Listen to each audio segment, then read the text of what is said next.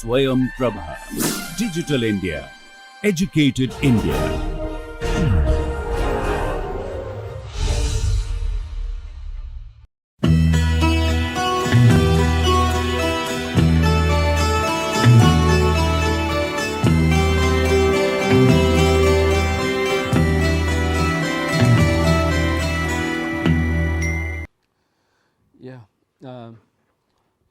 So, the course title which we are going to deal with this semester is Organic Photochemistry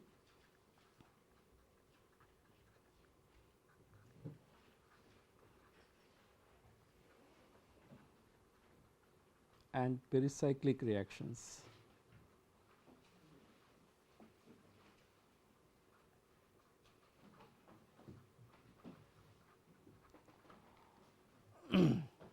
See, till mid semester we will be trying to concentrate on the first part, that is your organic photochemistry, and after mid semester we will be trying to discuss about the pericyclic reactions. Today class I will just try to introduce you to organic photochemistry.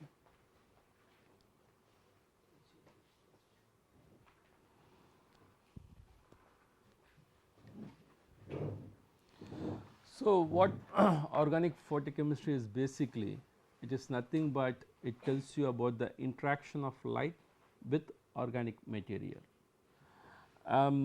So, what happens in brief, when a light interacts with your ground state reactant R, it tries to undergo different types of transformation to give you the product P.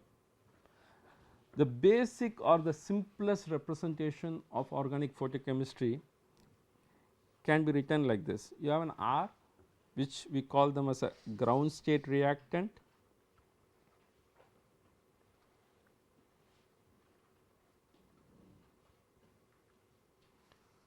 you shine with light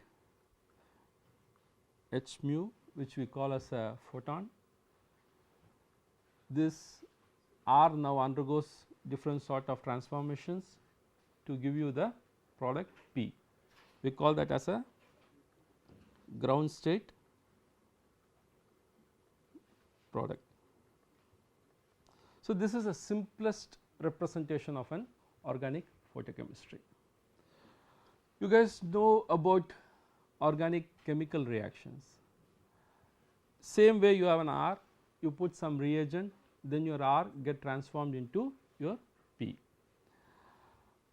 In organic photochemistry, your reagent is nothing but it is your H mu.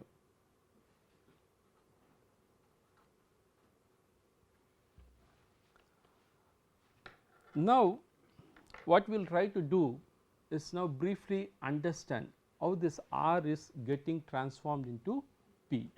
That is a broad spectrum of looking into organic photochemistry. You take a ground state reactant, as I earlier mentioned,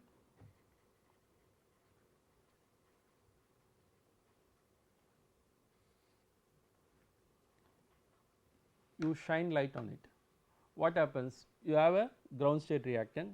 Once the light shines on this reactant now transforms from its, if you consider a lower energy E0, from its ground state energy to an excited state energy, right. This most of the time these transitions are electronic transition. So, your R, once it interacts with the light, it becomes excited state reactant, which we will call as R star.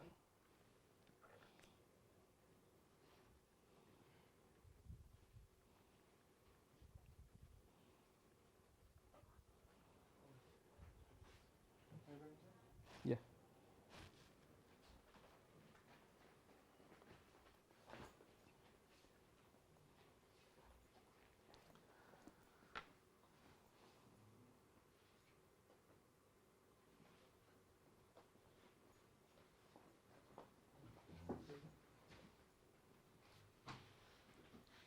Consider.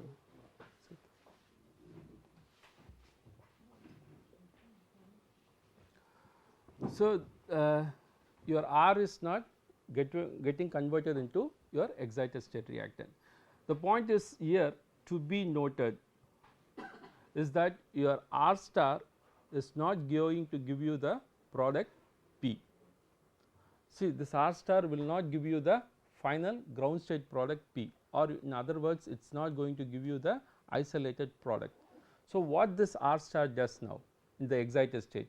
It does an electron transfer, or it can do an atom transfer, or it can break the bond, or it can make a bond to give you an intermediate I. Okay. The intermediate I can be a ground state species, but it is a very short lived species. So, that this intermediate gets transformed immediately to give you the product P. So, what we say that R star gives you a short lived intermediate.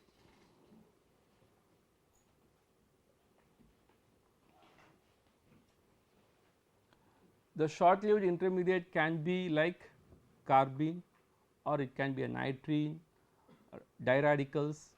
So, which can react very fast to give you the product P.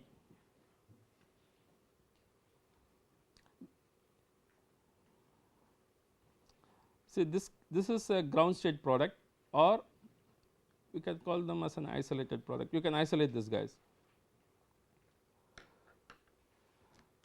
See, the point is that the I, that also is a ground state species, that also is a ground state product, but only the thing is that I is highly reactive, that it immediately gets transformed to your P. So, this is the broader outlook of your organic photochemistry. So, if you just review back, you have a ground state reactant which interacts with your light, gets excited to its excited state, which you call as R star, and this excited state reactant then does an atom transfer or electron transfer, bond breaking or bond making to give you the short lived intermediate like carbene, nitrene or diradicals, and this short lived intermediate can give you the final product P. It is clear. Now, what we will do is that we will take each of these steps like R to R star and get into detail. Then we will try to understand how R star gets to I and finally I to P. So, we will start to understand this step first, that is R to R star.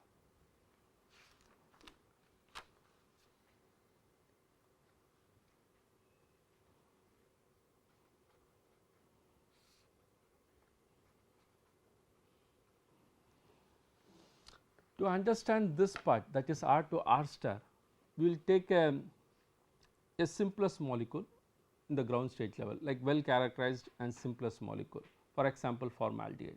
Okay.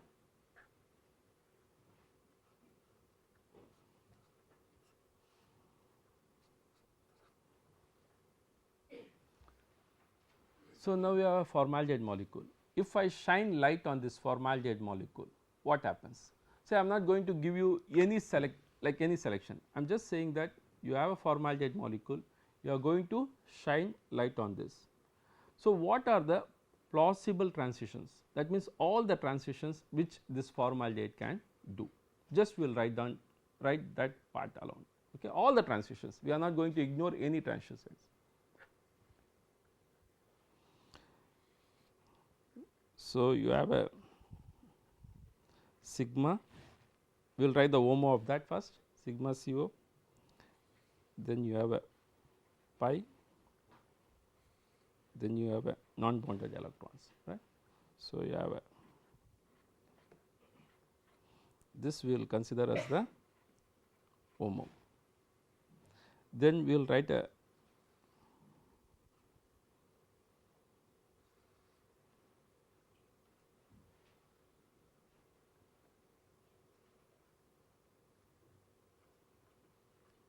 sigma star, the LUMO of this. Right. Now, we will see that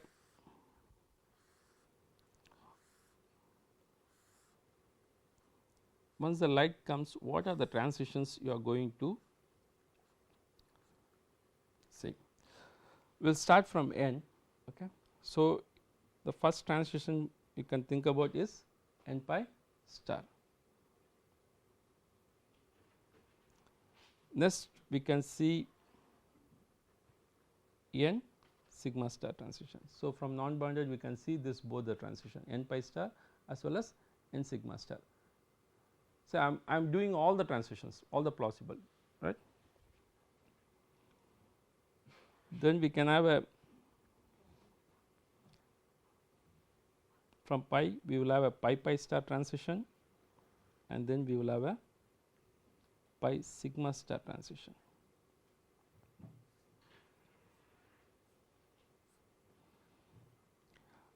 From sigma you can have a sigma pi star transition, then you have a sigma sigma star transition. So, if you take a formaldehyde and if you shine light, you can see 6 type of transitions. From non bonded you can see 2 transitions, from your pi 2 and from your sigma 2 transition. That is good. Now, I am slowly going to put some criterias in this transition. I am going to say that, see guys, I am going to give you very minimum amount of energy. I am not going to tell the number, just for crude very minimum amount of energy I am going to shine on this formaldehyde. So, what transition we can observe? The minimum energy, with that what transition we can, it can happen, your n pi star transition, right. Others transition needs more energy. So, with the minimum amount of energy I can do my n pi star transition. So, shall we take that, we can put that selection and take this n pi star transition out. Okay.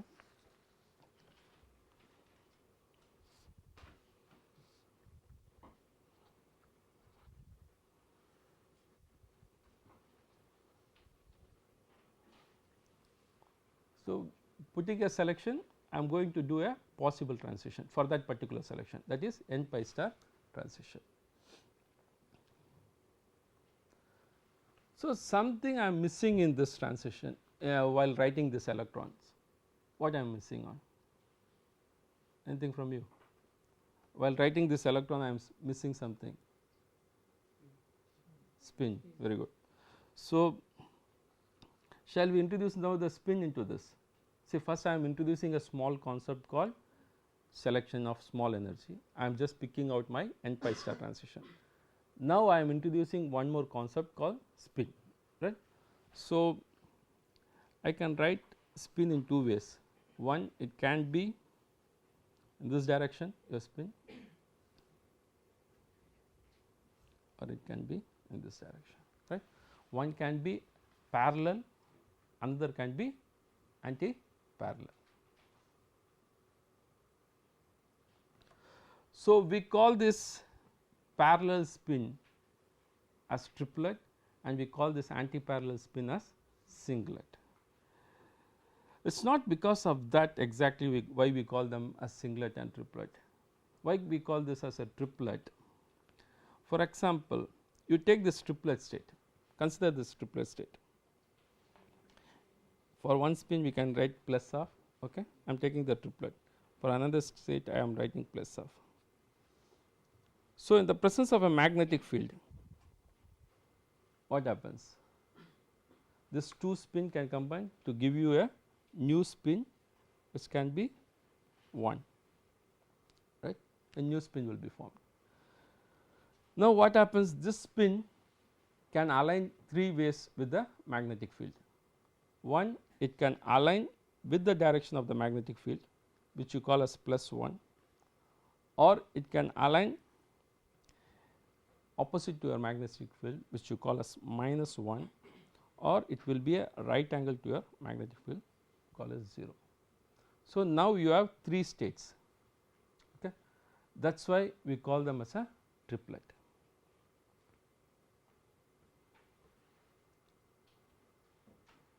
Clear? Why we call them as a singlet triplet? Yeah, for general view we say that if it is a parallel spin, then you say it is like triplet, and if it is an anti parallel spin you say it is a singlet, but actually speaking it is like this, okay.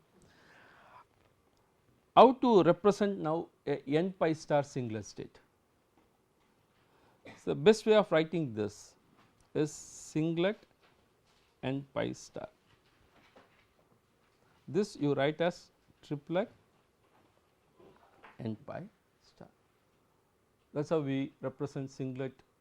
If it is a singlet pi pi star, then you write singlet pi pi star transition and triplet pi pi star transition. It is clear. Up to this it is clear. So, we have now introduced a concept of spin into this, and we are saying that singlet and triplet. Now, what I am going to do, I am going to introduce one more concept here, is energy. First I have introduced a concept of spin, now I am going to introduce a concept of energy.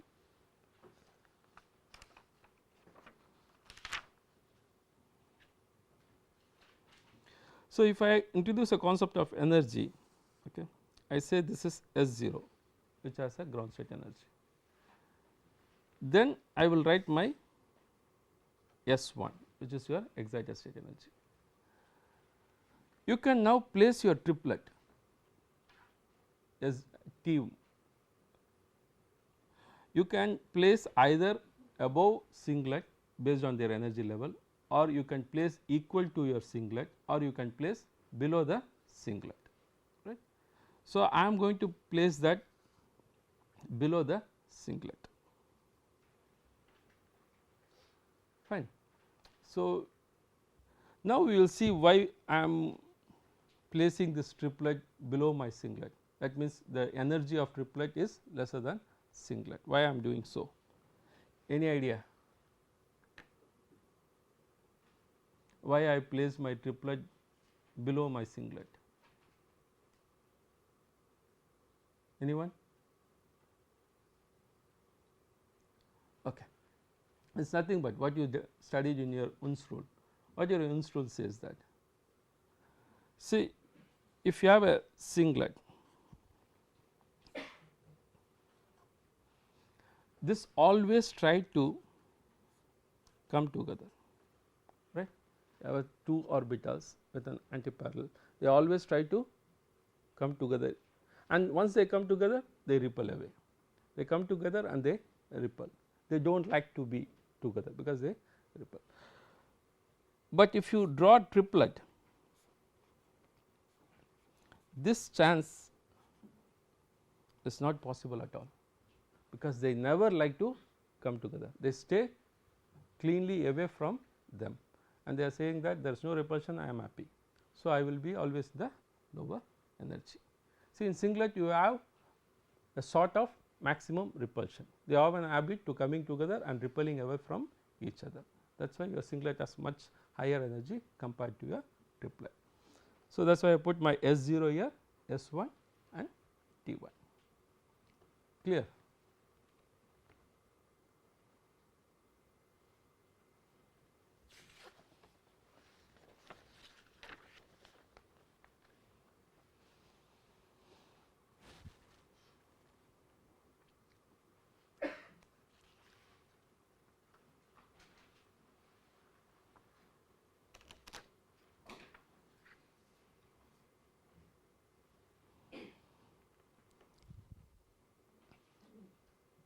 Now, we will take formaldehyde, okay, and see that n pi star transition. We all try to put all the information what we understood now.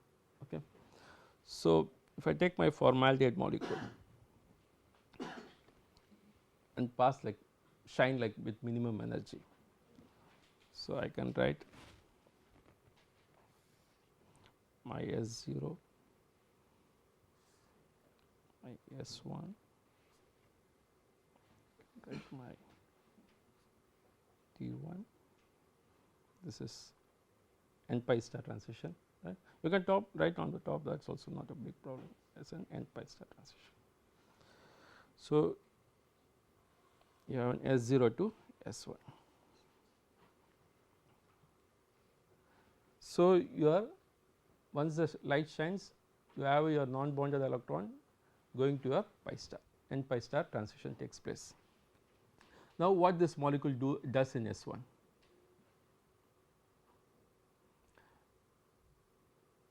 Just generally speaking, what it can do, when it is in S1? It can come down. Okay. It can come down in two ways. One, it can come down giving out the light, okay, or it can come down by giving out you the heat, right. This two way it can try to do. Once it comes down by giving out light, okay, you call that as a fluorescent process, which we know. Okay. We will get into that little bit later. Or other thing what it can do, yeah, it can come down to its S0 state, or what it can do, it can do a non-radiative process. This is how it can come to S0. If it does not like to do, it does not want to come to S0, what it can do? It can go to T1. That process it can go by giving out the light, right. From T1 then it can come back to S0, same way it can give the light out, or it can do a right. So, it can do this sort of when it goes from R to R star, it has have an option of doing this.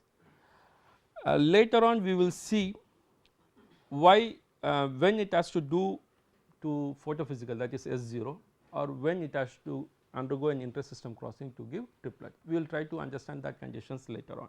Okay, now just we will try to understand the process. Then we have a lot of things which we have to say why it has to go to S0 or which part it tries to take. We will now slowly label this each process.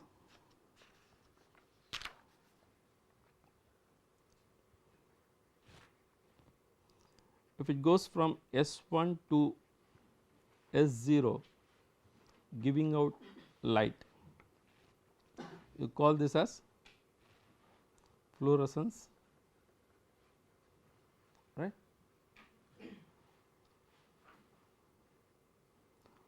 If it goes from S1 to S0 by giving out heat, you call this as internal conversion,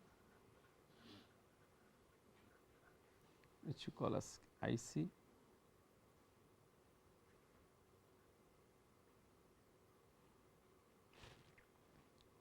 If it goes from S1 to T1 giving out light, this you call as inter-system crossing.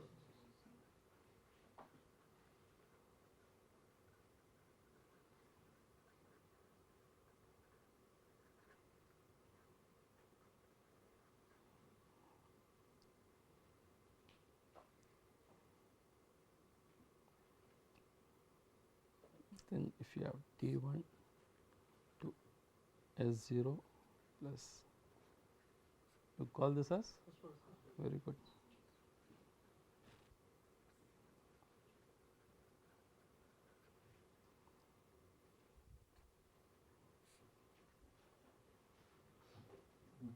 Again you can call this as internal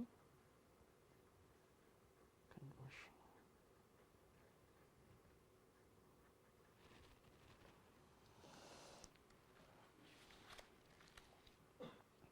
So, it can do this type of all the thing, that is clear.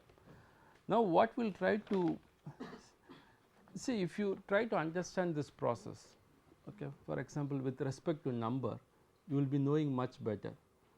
For example, if I ask like which process will be faster, whether it is fluorescent or it will be a phosphorescence, yeah, phosphorescence, because it has to flip its spin, because it is coming from a triplet to singlet.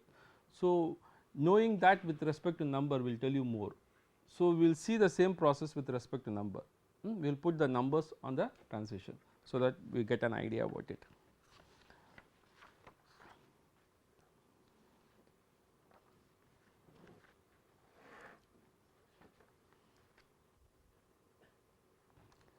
See, for fluorescence, or we can write it in a separate page, so that you can, because it does not work for formaldehyde, it works for general ketones, this numbers.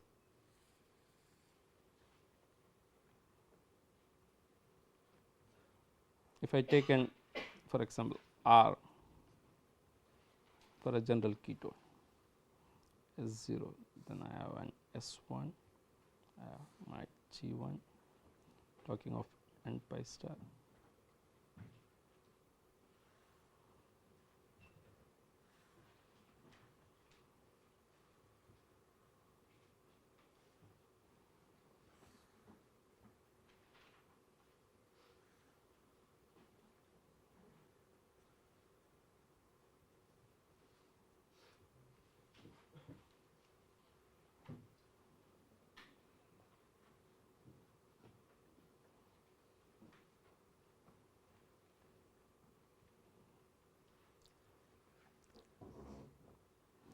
So, we like take for a ketone and try to understand how this thing.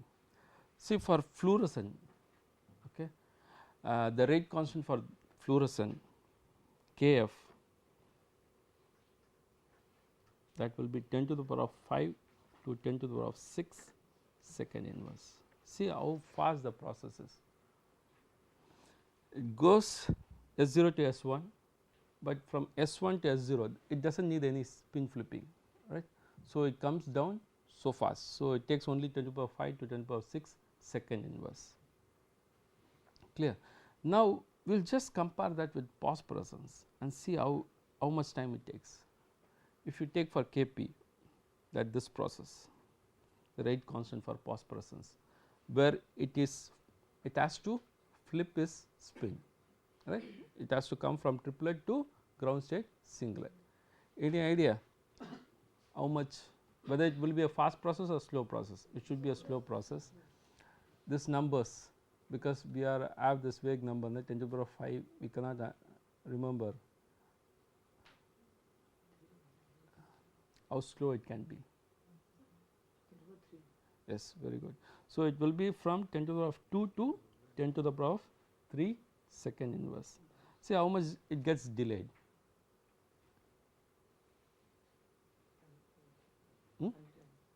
Yeah, it gets delayed so much, right. Then we can see this process, which is your internal conversion, how fast it can be. It can be faster than your fluorescence or slower than your fluorescence, internal conversion, where it just radiates the heat, that is all. It should be faster or slower? Slower, just it has to radiate the heat, that is all it has to do. Slower, are you sure? It does like 10 to the power of 14 second inverse. So, your IC is 10 to the power of 14 second inverse, does that job so fast. See, that is why I said that this number has lot of meaning. It is not like knowing the process. It said that yes, going from S1 to S0, yes, it is fluorescence, going from T1 to S0 it is phosphorescence, that is fine, but understanding with respect to numbers tells you how, which process is faster, which is a very delayed process, all these things. Then we will just get in detail and try to understand why this process are slow and faster, okay, slowly. First we will see the numbers. Any idea about this ISE, what number this can be, this inter-system crossing? It is again a spin flipping process, right, but normally you know how this goes. S1 to T1 it will not jump like that. How it does, you have any idea? Times, it will be slower than IC, whether it will be slower than your phosphorescence.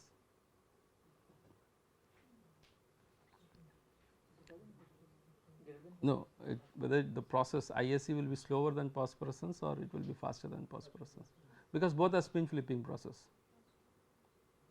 It should be faster. So, it does like 10 to the power of 8 to 10 to the power of 12 second inverse.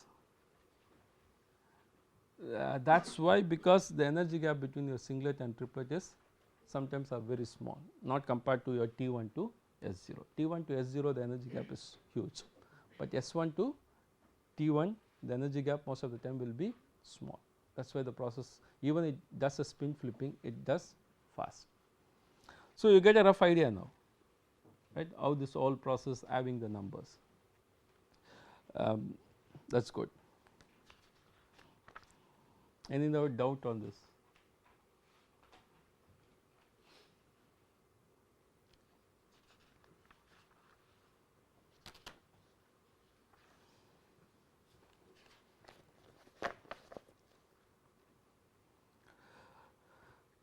Now we will same transition. I will ask you like S0, you write S0, right, and you say that you write only, most of the time you try to write only S1. See, there are other levels also there, right, S2, there can be S3, can write up to Sn, have all these transitions, all the energy levels are available there, but all the time we try to push from S0 to S1 and then we talk all the chemistry or physics, photophysics or photochemistry. We never worry about S2 or S3.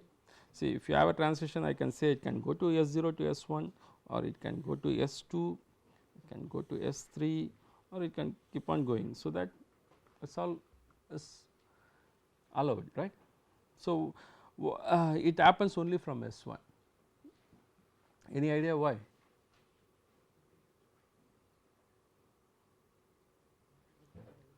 What is that famous rule?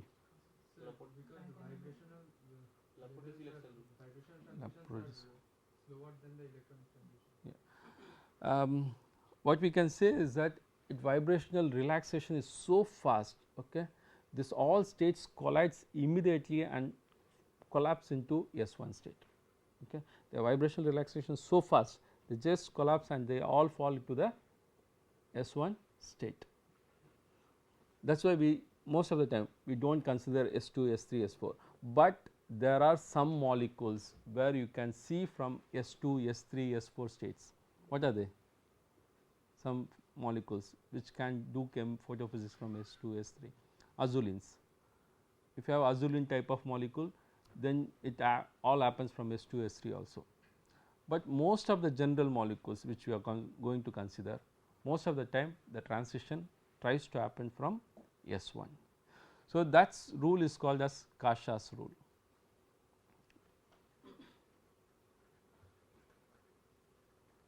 We call this as a Kasha's rule. What it says that your fluorescent will be completely independent, okay, of the excited state.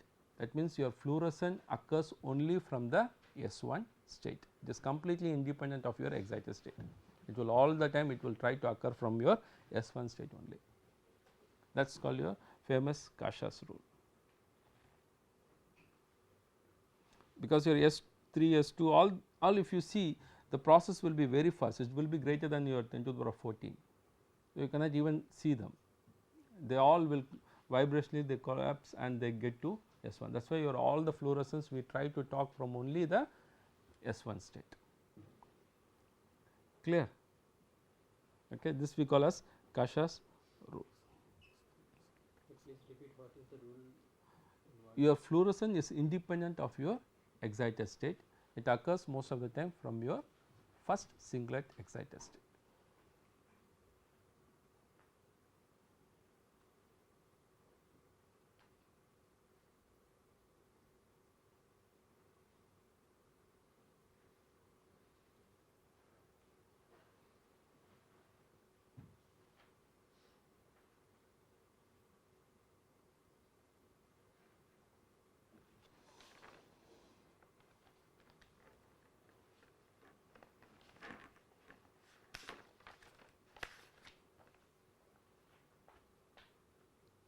Okay. Now, what we will try, so we were trying to understand this process R to R star. That is what we took the first step, we said we will try to understand this first step in detail. So, how we started, we took a simplest photochemistry scheme, then we slowly moved down, we said it is an R which gives you P interacting with H mu, that is your simplest photochemistry representation. Then we went little bit down and made a broader outlook. We said that R gets excited to your R star, then gives you a short lived intermediate I, which then gives you a product P. After that, what we said, we will take each step and try to understand in detail. So, we took R to R star initially, then we said that it can undergo a transition, all the possible transition. Then I brought as some sort of criteria and said that I will give you a minimum energy. Then we took the smallest transition n pi star. When we did n pi star, we included the concept of spin, we introduced singlet and triplet. Then slowly we introduced the energy concept and we said that singlet as well as triplet comes down and singlet will be the higher energy generally. Okay, there are some cases where it is reverse also. And then we summarized everything by using a type of Jablonski diagram and we studied Kasha's rule. So, from R to R star, can I write like this now? I get my R, I get my R star which will be my singlet, right. So, S1 and then it undergoes a intersystem crossing to give me my R star triplet, okay, and this will give me the I and which give you the P. See. So, I have just now expanded that schematic representation. See, we have to take this part now. In the next class what we will do, we will try to understand in detail how this R star to S to R star to T happens, like just by orbital structure we will see how this transition occurs. It is just a few minutes we will discuss on that. Once we discuss, then we will move from R star to I. We will try to understand how R star gets transformed into I, and finally we will try to understand how I moves to P. Once we next 2 hour class we will finish the introduction part. So, this will be the introduction of organic photochemistry. Then we will slowly get into our reactions. It is clear?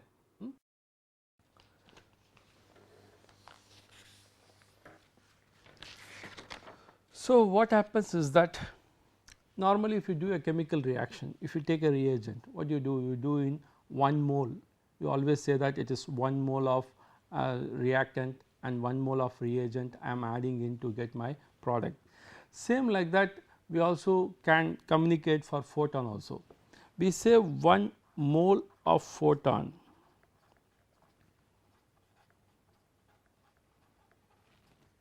equal to, we can call them as Einstein, that is 6 into 10 to the power of 23 photons.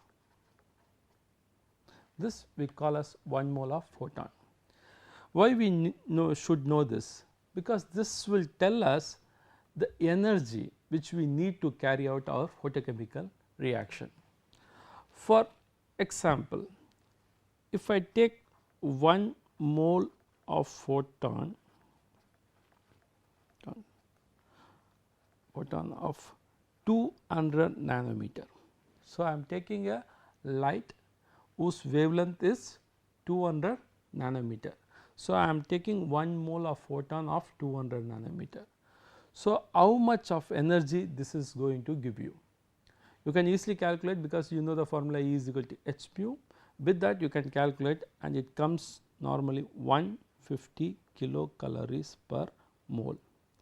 If I want to carry out some reactions which needs an energy to break a bond of 150 kilocalories per mole, then I will think of doing my chemistry in 200 nanometer, that is 1 mole of photon of 200 nanometer will give me 150 kilocalories per mole, that much of energy I will get, that is good. So, same way if I use 1 mole of photon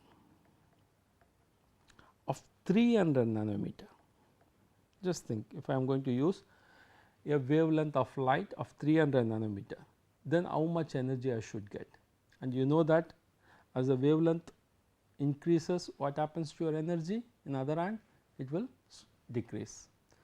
So, 1 mole of photon of 300 nanometer will subsequently will give me 100 kilocalories per mole.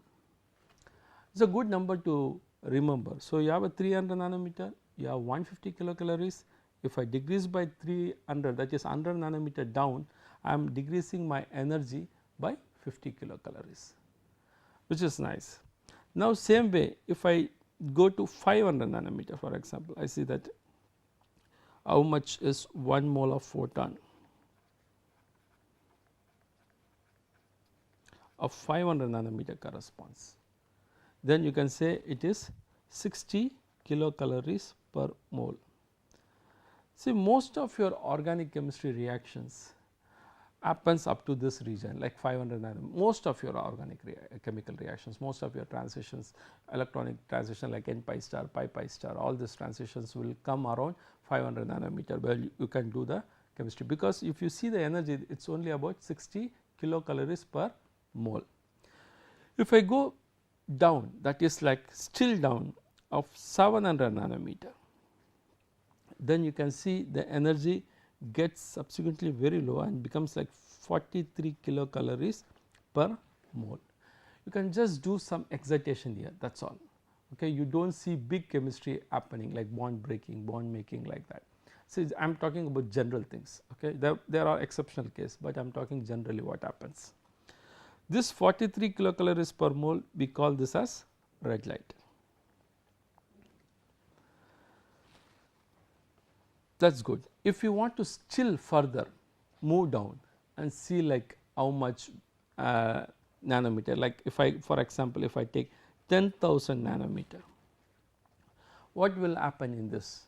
You don't get your possible electronic transition which you are talking about. So, what you are going to expect in this region? You are going to just expect vibrational and rotational excitations. These are going to happen in this region.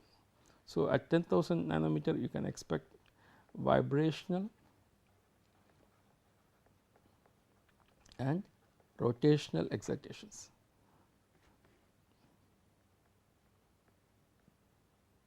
This you can see around at 10,000 nanometer. If I still go, that is at 10 to the power of 8 nanometer, what you are going to expect? Here you are going to, here what happens? You will have an electron spin type of excitation. Your electron spins gets excited, but this can be done only in presence of magnetic field. So, you get electrons spin excited, but this should be done in presence of, it happens in presence of magnetic field.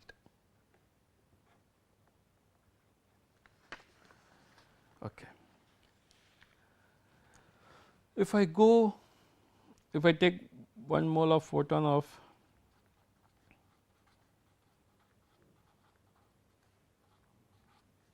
10 to the power of 11 nanometer, what we are going to see around in this region? You will be seeing your nuclear spin excitation, where your all your NMR you try to do, right. So, that you are going to see in this region, nuclear spin excitation. This also should be done in presence of, this happens in presence of magnetic field. So, in photochemistry what we are going to try to do, we are going to concentrate mostly up to your 500 nanometers. So, you see all your most of your organic photochemistry happening in this region, except few in 60 calories, but most of your chemistry happens from 200 to 400, 450 nanometers.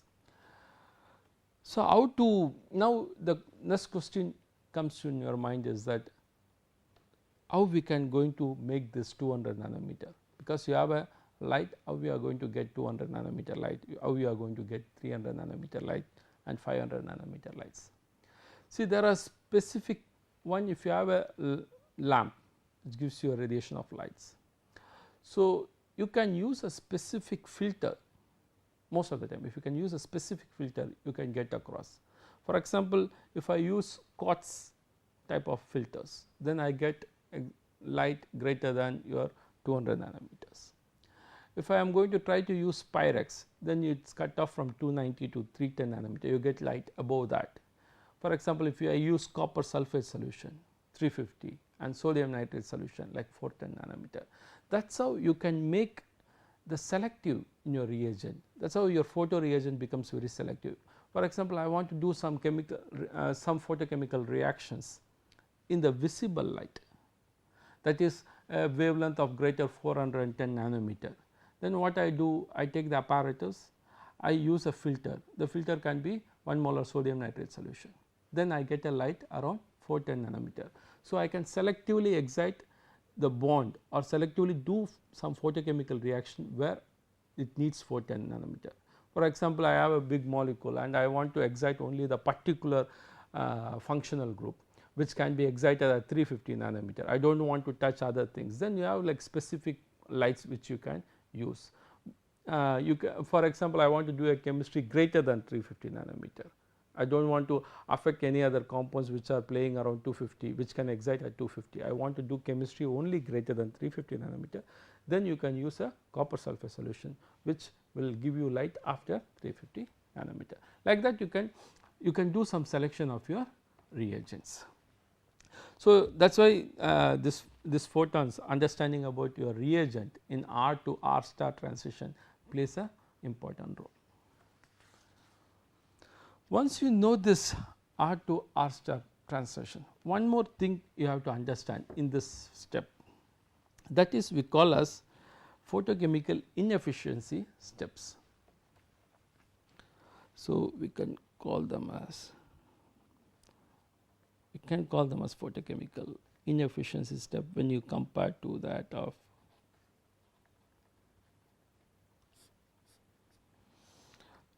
So, what I said initially, you have an R and this R, as we said, gets excited to your R star. Okay. We can say now then your R star gets to your I, this I gives you the product P, but not true in all the case that your R star should give you the intermediate I. Sometime what happens, your R star can undergo a process to give you the starting material R back. Like for example, your fluorescent process where your R gets excited to your R star, it does not want to undergo an intersystem crossing and then give you an intermediate. Instead of that, this R star can come back to your R itself.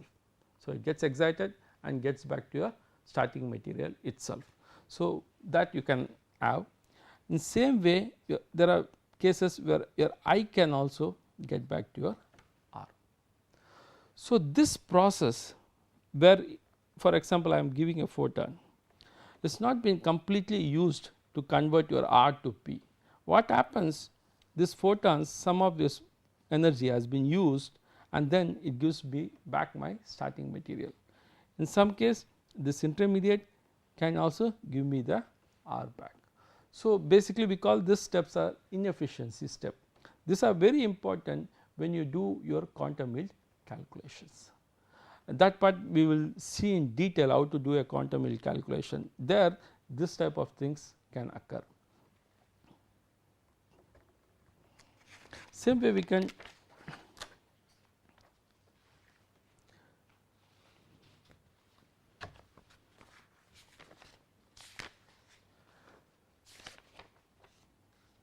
tries to understand one more aspect of photochemical, that is product inefficiency can also take place.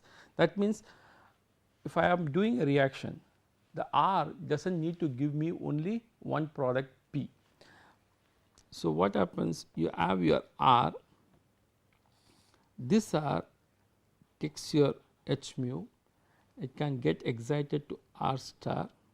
As I mentioned earlier, this R star can give me my R back, or this R star can give me back my this R star can give you the I and then gives you P, that is fine. But this R star can not only give me one intermediate, they can give me another intermediate which we call as I prime, and this can give me another product which we call as P prime. Same way your I can also give me another product which is I double prime we can call, and this can give me also another product, can get P double prime. So, you see many things can happens. First case we have said that R goes to R star and gives me back my R. The second case we have said, see your R gets excited to R star, gives me another intermediate I prime which gives me different product, or my R star gives to I and gives me I double prime giving me different products. So, I am getting like 3 products. So, this 2 steps which we call as, this is photochemically, previously what we discussed, this is we call some inefficiency steps, and this will call as a product inefficiency step. This 2 you should understand before we have to do quantum Hill calculations, right. So, this is how I am going to end up this, saying that, see, if you have an R, R gets excited to your R star singlet, and R star singlet can give me R star triplet. So, we will end up today with this note. From next class we will start to understand the second step, that is how R singlet is converted, undergoes inter-system crossing to give R triplet, and then R triplet giving you the I, and from I we can see how we can get the product P. So, from this class we will do that.